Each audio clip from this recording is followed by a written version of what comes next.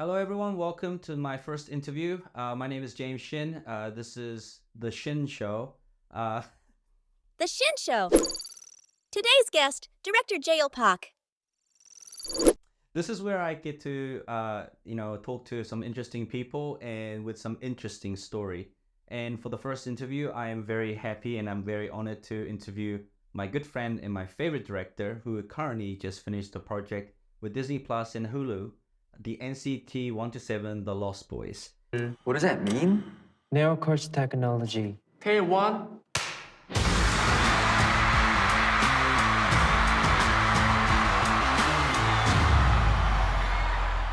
We decided to do this interview through the many fan bases. They gathered all the fan questions, and I'm here to ask the questions to Jay. I saw you yesterday, but nice to meet you. Yeah. Just wanted to start the show just with what you've been up to these days. I guess I moved to the city of Goyang, and I've just been working on my next project. I guess I've been working on feature film treatment. Yeah. How's that going? It's writing's always tough, so like why are you smiling? It's funny because I already know what you've been up. Yeah, it's like you don't even care because you already know everything. But at the moment, like with what you're writing, you're keeping a secret from me as well. Yeah. Because I need to. Well, yeah, I guess I'm developing a feature film treatment, and hopefully we can have one of the members from NCT 127. Oh yeah. So Jay, are you feeling the love from the fans? Yeah, I think what was interesting was like one of the fans slash reporter told me that it's rare to have like the majority of the fans agree on something, and I think for 2 weeks I had like hundreds of DMs and like messages and emails, like people talking about how much they loved the project and the documentary, and so I was very grateful for that. And yeah, sometimes like there would be like they would send me a letter, like they would write a handwritten letter and like capture it and send it. I think a lot of fans enjoy the fact that they in the 7th year of NCT 127, they got to see a side of the members that they hadn't seen before. So, but at the same time, there were some people, like a very small minority, I would say, a very small minority of people, I think, had a problem with the documentary. I think it's because maybe because there was elements of their private lives, a very small minority of people. I did get some death threats. I mean, it's K-pop. You know what I mean? K-pop. So yeah, some people wanted to kill me. There's this fake majority that kept on trying to make it like a boycott Disney Plus because we had revealed the private lives of the members, and I thought that was kind of weird, considering, I mean, the documentary is about the lives of the members. It's usually, I think they wanted something more like a concert behind the scenes, sort of thing. But with that said, like I mean, I don't want to like badmouth the Korean fans. The majority of Korean fans enjoyed it as well. It's just that, so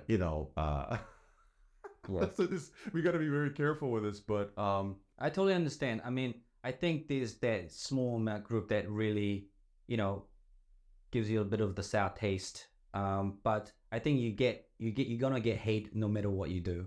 Yeah, in some sort of way. So I think it's a very small group. So that's why I remember you telling me this last time. Yeah. And I was saying, let's not worry too much about that. I was flattered by the death threats because it means that they really care. Yeah, exactly, right. Yeah, but with that said, like I definitely want to take this opportunity to say, clarify some stuff. Actually, we came up with the idea together, like in the off the record interviews.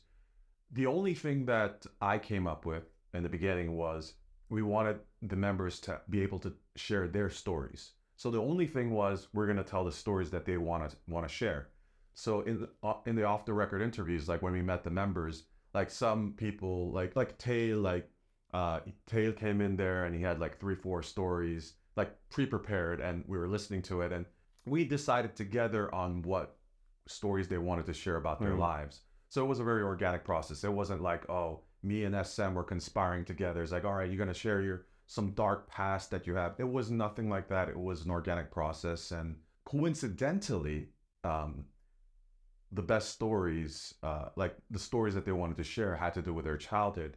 And it makes a lot of sense because if you think about it, you know, they joined the trainee program in middle school or high school. So the fondest memories they usually have of their past would be their childhood, you know, because after they become a trainee, they're very busy. All 9 members, they sort of forgot about their past, you know, like I think Cheon said it best in an interview in the documentary, said, you know, you're like this racehorse, you know, and you're just focusing on the present that you forget where you are, you know. And I think the concept came about for the Lost Boys. The head writer, Nyan Lee, and we were like, this is very similar to the story of the Lost Boys. The fact that once they go to Neverland, they're always living in the present. They don't remember where they came from. They're always in the present. Like, even they forget what happened the day before. Like, I mean, this is very, very dark, but in the book, Peter Pan, which is a children's novel, right? There's even a scene in which Peter Pan kills somebody, right? Yeah. And forgets it 10 minutes later. So memory had, I think, was a very important theme in the series. So after we decided on the stories, and I thought, you know, the Lost Boys and how they don't remember their past, I think that was a good idea for the cohesive thread. There's these lost memories, and through the documentary, they're sort of rediscovering their past. And I thought that's a beautiful concept to have, you know. And, you know, the majority of the members, they did even thank me. Because, I mean, that's what happens in the documentary. It's not that I'm special. It's that usually when you shoot a documentary, you have a chance to look back on the past. And what happens is, like, after 7 years, they had the opportunity to look back on their past and where they came from. Yeah, almost therapeutic, right? Yeah, it was very therapeutic. I mean, like I mentioned in other interviews, like the majority of the members cried like during the interviews, you know. Yeah. So and it's not like just sadness, it's also joy, you know, like thinking about like how they grew up, where they came from, and the fact that, you know, they're glad where they are today, you know. The Shin Show. Since we were talking about like things that we just want to make sure that how the process we did, I mean, about the rules and regulations we had for this project, I want to skip to that straight away, since we talked about it. Because you were a producer too. You were very strict on that. Yeah, because we honestly, like, I wanted to talk about, like, maybe you can mention it first about, you know, what kind of principles were the rules that we had to make sure that we wanted to only talk about the things that they wanted to talk about. Exactly. That was so crucial to us, because the concept wasn't, this is not like investigative journalism. It's not a crime documentary where we're trying to get to the truth of like an event. This was more about, the concept was the members being the storytellers themselves. It would be beautiful just documenting that alone, you know.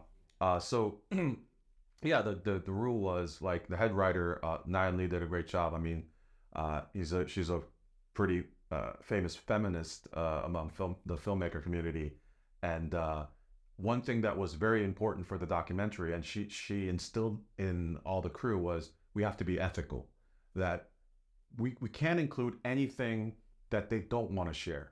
You know, even if, like, it was SM or Mystic says, oh, this is good, so let's put it in. If one of the members said they don't want to include that, or they don't want to share that, out of there right away. So we had the opposite problem. Yeah. The opposite problem. The members wanted to share a lot more. You know what I'm saying? So I wish we can say it. It's my mouth is itching right now, to be honest. Yeah. But my God, yeah, like, especially of some members, especially. Yeah. The problem wasn't that we shared too much, guys. The problem is they wanted to share more. Yeah. You know? And but definitely also when we're doing the off the record interviews, we did record it because we wanted to put it in script form later. But everyone, including me, we all signed NDA contracts, meaning that if anyone leaks any of this information, you know, there'll be legal repercussions, also ethical. I mean, so it was the writing team and me. Like, we didn't even allow the producers to listen to the off the record interviews that we did. So that's how careful we were, guys. All right. let's talk about our writing room. Let's talk about that. How Oh my we were God. so because of some incidents and stories that we heard. This is the beginning of this process. Like So in the are we going to get into pre-production. sasaeng fans now? Oh, I think we have to talk about it because that really. Actually, why don't you start with what you experienced? Because like we actually kind of underestimated the, the culture. Because it was like, I mean, how bad could it be?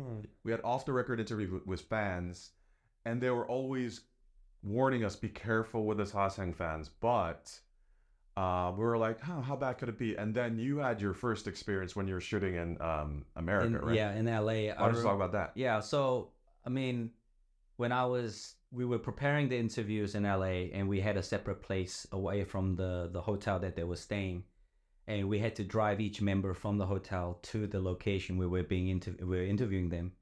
And after like the second member, I think a car started to follow the car that was driving them back and forth, and one of the local producer told me about it. So we had to switch cars in the middle of it to kind of confuse the sasaeng fans of where we are. I remember hearing from the producers that you guys switched cars like 2-3 times a day. Yeah, we just had to like take different routes. Just we didn't know what was going on. We were so scared because like you told them we were talking about in a writing room in Korea.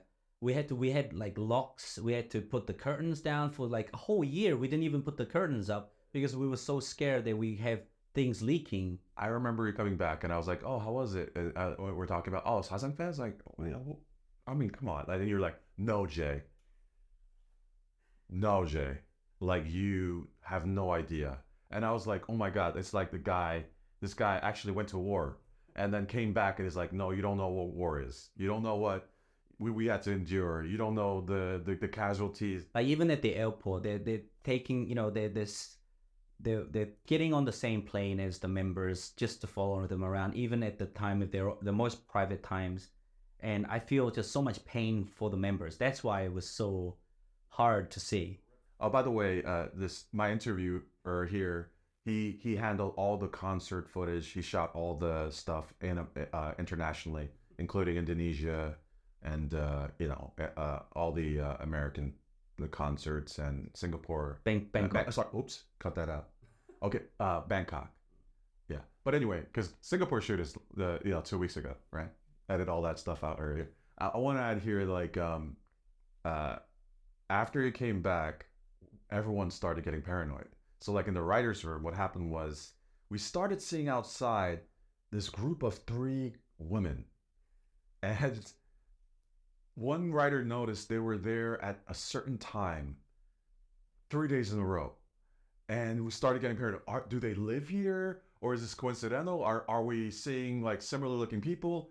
And then inevitably we had to get an additional lock, and there was only one key because we were worried because I mean the writers were, we had a picture of every member and these details on the wall, these personal details, and to imagine like one fan going in there and just taking one picture and it's over. Yeah.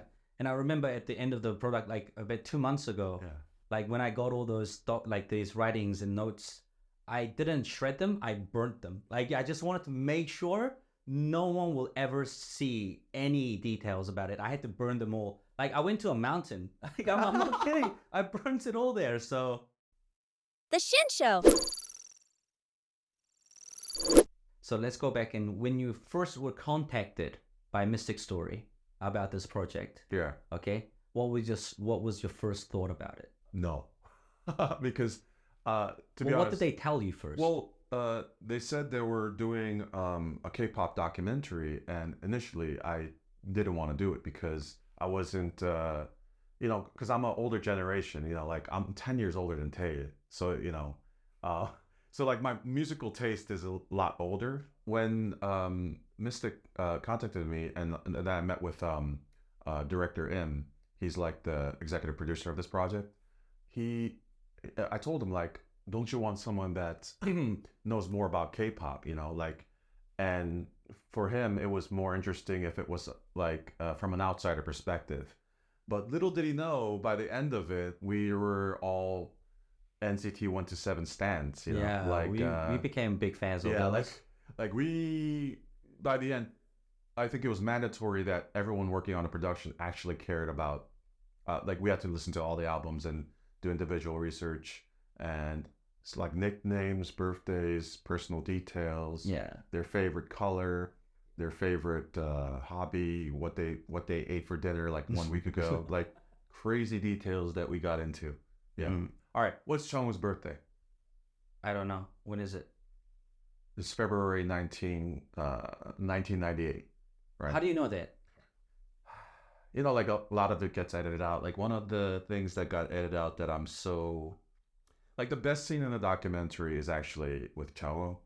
But I mean, you know, like I'm not complaining. Like I mean, no one like I just want to say like people don't get the final cut in the industry. Like most, if you're not like Bong Joon-ho or like you know Steven Spielberg, you don't really get final cut. But you know, like a lot of it got cut out, and that all the clown stuff in the circus stuff, we shot that one day before Chungwoo's birthday. So we surprised him by having his mom and his sister come to set. So right afterwards, you know, there was a cake and everything, and it was a very memorable experience for me too, for Chungwoo as well. But yeah, there was so many beautiful scenes that was cut out. That was very unfortunate for Chungwoo's scene. Yeah. But I think you know there is it's not just of this project. It happens in many projects. Yeah, it happens in every project. Yeah, so it's not like just because don't like you know make it a thing. But, yeah.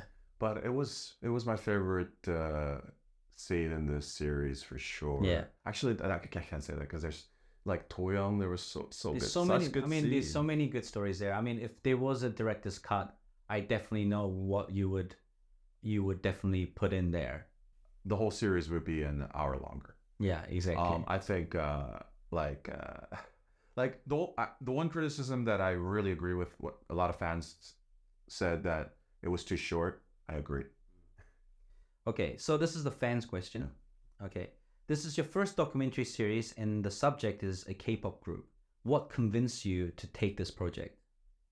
Oh, because you know I was scared doing a K-pop documentary, but thing is like, I mean, just because it's not your taste, you can't let like individual taste get in the way of creativity. I thought that if I can make this K-pop documentary unique, through my research, I learned that NCT 127 was special because they did the K-pop idol thing completely different from other bands, and they had the whole concept of being Neo, and I was like, what if we made a Neo documentary? Yeah. So that opportunity did excite me, and the moment I, you know, asked the members individually, what if we did a Neo completely different style documentary? Everyone was on board. It was like, oh yeah, let's do it different, you know. So that excited me. Inevitably, I was excited to do it, and like in the industry, everyone knows like documentary is the most difficult genre because you don't know how it's going to come out, because you can have a set expectation, but at the end it could be a different documentary based on what you shoot, you know. So it's you plan stuff, and it's an organic process. You have to find the story as you go along. So yeah, just it doesn't even have to do with the fact that I worked in fiction. Just doing a documentary alone, and let alone like a series, and you only have like a year and a half to do it.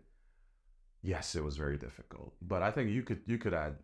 Yeah, I mean, the fact that we had to do this project, like, you know, take away the post-production, like a year to do a documentary, which usually takes to 5, 6, you know, even 10 years to do one documentary. It was a very, very difficult task, I think, for us.